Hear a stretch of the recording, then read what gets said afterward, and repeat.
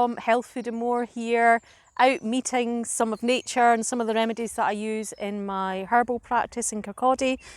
We use a lot of trees in our practice, and this tree here is willow. The one that we use medicinally is salix alba, which is white willow. And I think it's one of the remedies that a lot of people will have heard of because we associate it with aspirin-like compounds. And we use the willow remedy very much as you would use aspirin and things like ibufrofen, the non-steroidal anti-inflammatory drugs. It is really good for inflammation in the body, but unlike those medicines, it tends to be much, much gentler on the stomach. So we tend not to see the accumulative side effects that we would see with taking one of these stronger non-steroidal anti-inflammatory medications.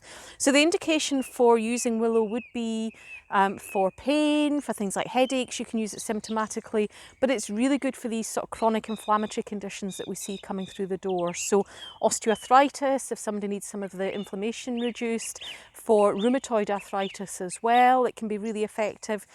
Not on its own, but as part of a bigger prescription, perhaps addressing that immune inflammation that's going on.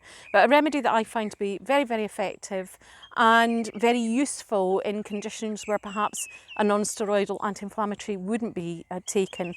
I can recall a case in particular where I had a woman that came to see me who was pregnant, who had rheumatoid arthritis and was really struggling with pain but couldn't use her medication.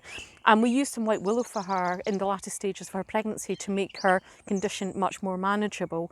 And it is a herb that I'd be happy to use in low dosage in pregnancy, but not one that I think we could actively recommend for self-prescribing. And I think that's the real message I want to get across here talking about willow, is that it is a great remedy to have. It is one that you can use for yourself, but not in all conditions and not in all situations. So if you do have a chronic health problem, you might want to speak to a medical herbalist before using it.